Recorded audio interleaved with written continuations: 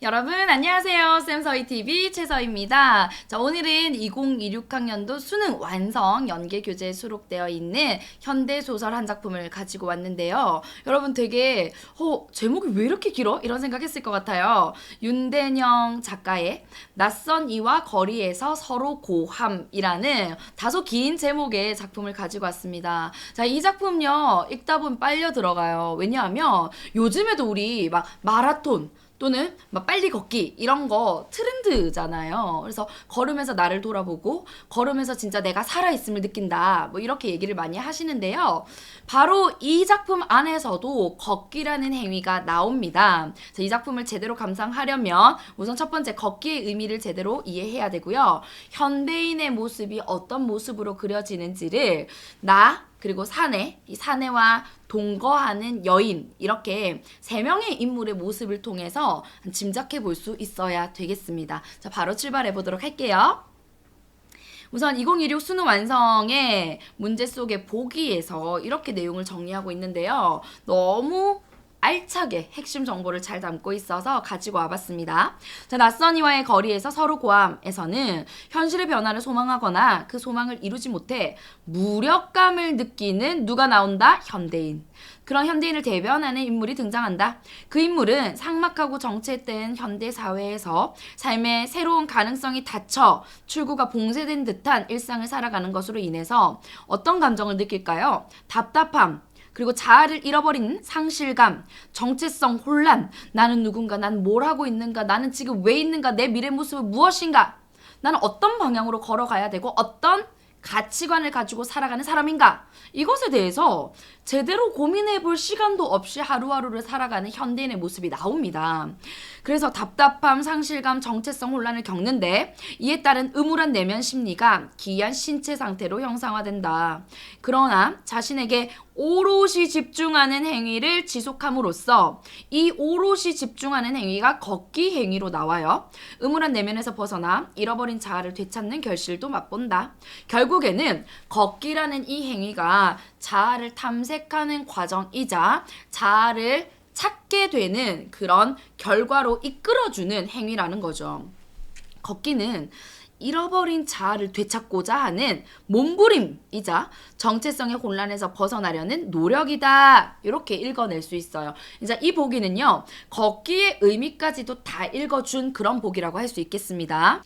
자, 그러면 한번 전체 줄거리를 정리해 보도록 할게요. 길이가 길지 않은 단편 소설입니다. 우선 나가 나와요. 이 주인공 나가요. 그냥 자동차 판매원으로 살다가 어느 날 너무 답답함을 느꼈는데 5시간 정도의 걷기를 통해서요. 그 답답한 마음이 홀가분해지는 경험을 합니다. 그때부터 주기적으로 내 몸이 원할 때, 그런 소리가 들릴 때, 내 얼굴이 이상해 보일 때 걷기라는 행위를 통해서 자아를 성찰하고 찾아가는 그런 인물로 그려지고 있습니다.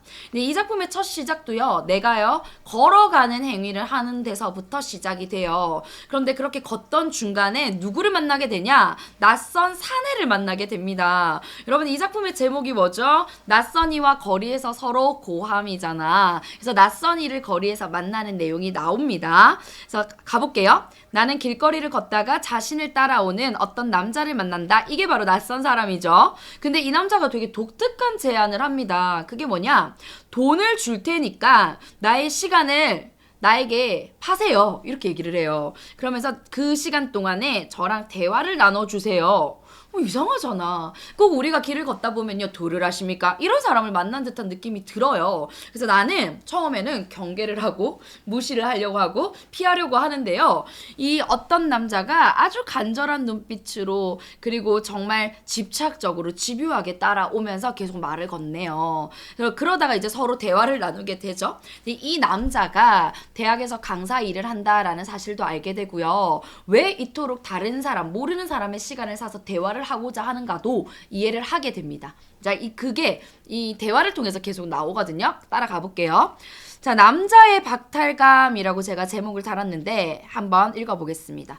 처음에 그의 제안을 거부하던 나는 끈질기게 자신을 따라오는 그 남자와 나란히 걸으며 대화를 나누기 시작한다. 그 남자는 사실혼 관계의 사랑하는 여인이 있었어요. 그런데 그녀도 나와 같이 날 사랑할 거야 라는 믿음을 가지고 청혼을 합니다. 근데 우리 이제 결혼해서 같이 살자, 제대로 살자 라고 얘기를 했더니 그때부터 그녀가 갑자기 돌변하기 시작을 해요. 근데 원인은 몰라요. 근데 그녀가 그때부터 금요일마다 사라져요. 근데 자기들이 처음 만났던 전철역 부근에서 사라지는데 딱 특정 시간대에만 사라집니다.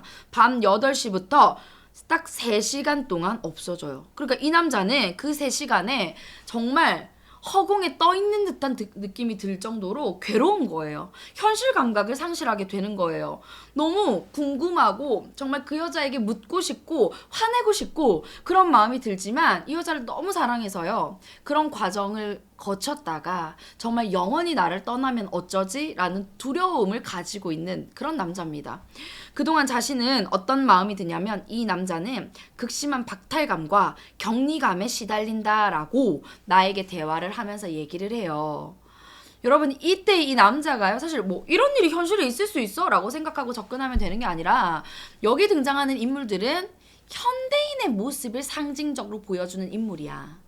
그래서 자동차 판매원인 나는 일상에 구속되어 억압되어 몸이 건조하게 살아가고 앞으로 미래의 꿈을 제대로 꾸거나 혹은 더 나은 가능성을 열어두고 사는 삶을 살지 못하는 그런 현대인의 모습이라면 여기서 나오는 사내는 대화의 갈증을 느껴 대화에 목말라하고 그리고 늘 상실감과 박탈감과 불안감을 느끼면서 살아가는 현대인의 모습을 상징적으로 보여주는 인물이라고 할 수 있겠죠. 자, 여기에 사내와 사실혼 관계인 동거녀 역시도요. 현실에 안착해서 살지 못하고 특정 시간대에 어디론가 사라지는 그런 불안정한 모습을 보인다는 점에서 현대인의 또 다른 모습을 보여주고 있는 인물이다라고 얘기할 수 있습니다. 자, 그러면 이 대목과 관련된 대화 장면을 제가 한번 읽어보도록 하겠습니다.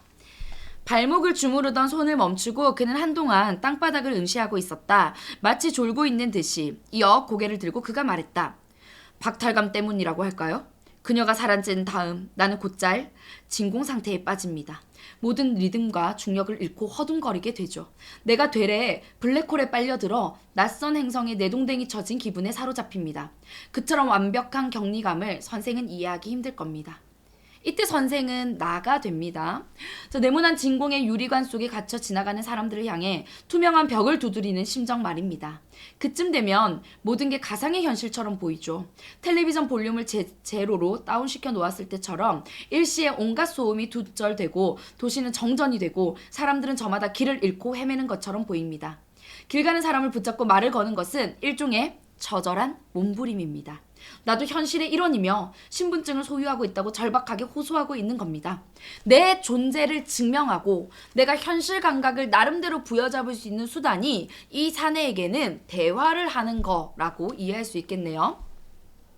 현실 감각을 되찾으려면 그렇듯 타인의 시간을 빌리는 수밖에 없는 거죠. 사람들이 결혼을 하고 아이를 낳는 것도 다 그런 이유에서일 겁니다. 현실 감각을 유지하기 위해서 말이에요. 함께 살아오는 동안 어느덧 그녀는 내 주님이 되어 있었어요. 내 모든 현실을 지배하고 운영하는 하나의 불가사의한 존재 말이에요. 내 말이 과장됐다면 그만큼 내가 길들여졌다고 해두죠. 아무튼 영화 2편의 상영 시간에 해당하는 3시간. 300시간처럼 여겨지는 그 긴 허수의 시간. 나는 그녀가 다시 현실에 등장할 때까지 다른 사람의 현실을 빌려 필사적으로 버티고 있는 겁니다. 이렇게 사내가 나에게 얘기를 합니다. 자, 계속 이어서 가볼게요. 자, 결국 이 얘기가 뭐야? 낯선 이와 대화를 통해서 현실 감각을 부여잡고 있습니다 라는 얘기죠. 그는 길 가는 사람을 붙들고 돈을 주고 대화를 나눔으로써 진공 상태로 느껴지는 그 3시간을 버티며 이때 그 3시간은 그녀가 사라진 3시간이 되겠죠. 자, 자신의 현실 감각을 되찾는다고 한다. 자, 이제요.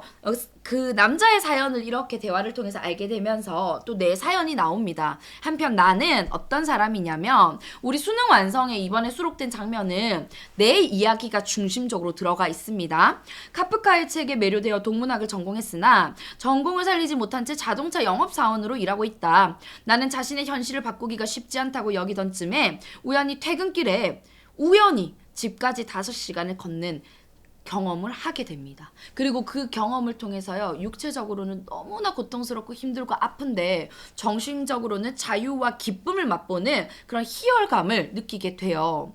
자, 그러면서 그때부터 나는 자유와 기쁨을 느끼고자 걷기 행위를 지속하게 돼요. 이를 통해 나는 처음으로 자유와 기쁨을 맛보면서 일상 속 답답함을 느낄 때마다 주기적으로 걷기 시작했다고 밝힌다. 이야기를 나누던 중 동거녀의 연락을 받은 남자는 되돌아가고 나는 아침해를 보기 위해서 동쪽으로 걷기 시작한다. 이렇게 마무리가 되거든요. 그래서 이 마무리되는 부분을 제가 또 한번 읽어보도록 하겠습니다.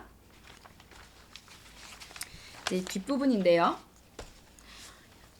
걸으면서 마무리가 됩니다. 교회 앞 어둑한 계단에 다다른 사내가 발을 멈추더니 한동안 유령처럼 뒤를 돌아보았다. 나를 보고 있었던 걸까? 이제 나와 사내가 거리에서 나누던 대화를 멈추고 사내는 동거녀의 전화를 받고 가는 거죠. 그 사이에 머리에 흰 띠를 두른 사내가 조회 때 쓰는 단상 옆을 뛰어가며 외치는 소리가 귀에 날아왔다. 대한민국 만세! 대한민국 만세! 교회 앞에 우두커니 서있던 사내는 한 칸씩 계단을 밟고 올라가더니 이어 육중한 문을 열고 빨려들듯 안으로 사라졌다. 나는 배낭을 추스르고 나서 아침녘에 해가 떠오르는 것을 보기 위해 동쪽으로 길을 틀어 걷기 시작했다. 이게 제일 마지막 장면이에요. 그래서 걸음으로써 진짜 나를 발견하고 진정한 기쁨과 자유를 맛본다라는 내용을 담고 있고요. 현대인의 어떤 무력감, 무기력함, 그리고 그것을 성찰하고 극복하는 과정에 대해서 보여주고 있는 작품이다라고 정리할 수 있겠습니다. 짠! 쌤서이TV 오늘은 여기까지고요. 구독과 좋아요, 알림 설정은요. 수능국어 1등급으로 가는 지름길을 열어줍니다. 오늘도 고생 많았어요. 다음 영상에서 만나요. 안녕!